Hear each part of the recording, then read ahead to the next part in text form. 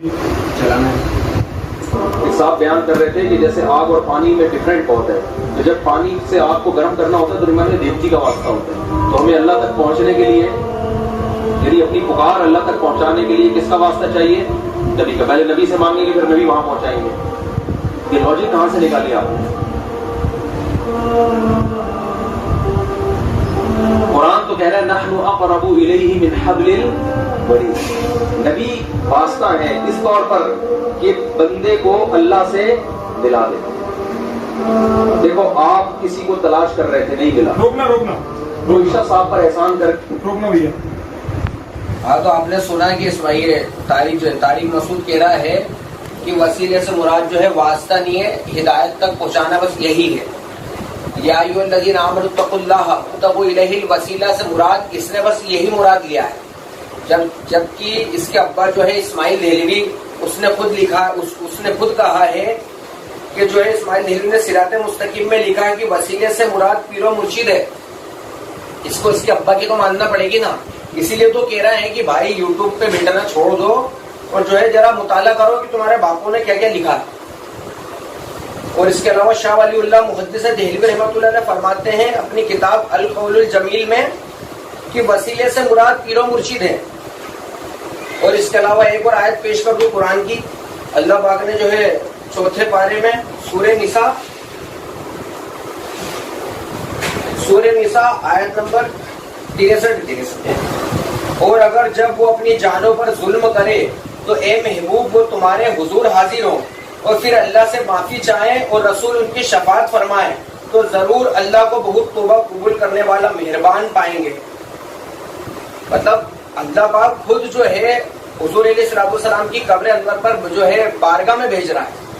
اور اگر تم اس سے مراد رہتے ہو کہ حیاتی میں ہی، تو اس کے علاوہ مفسرین نے لکھا یہاں تک کہ آپ کے ہی معتبر مفسر جو ہیں تفسیر ابن کثیر میں بھی لکھا ہوا ہے کہ یہ واقعہ لکھا ہوا ہے کہ حضور علیہ الصلوۃ والسلام کی قبر انور پر ایک شخص آیا.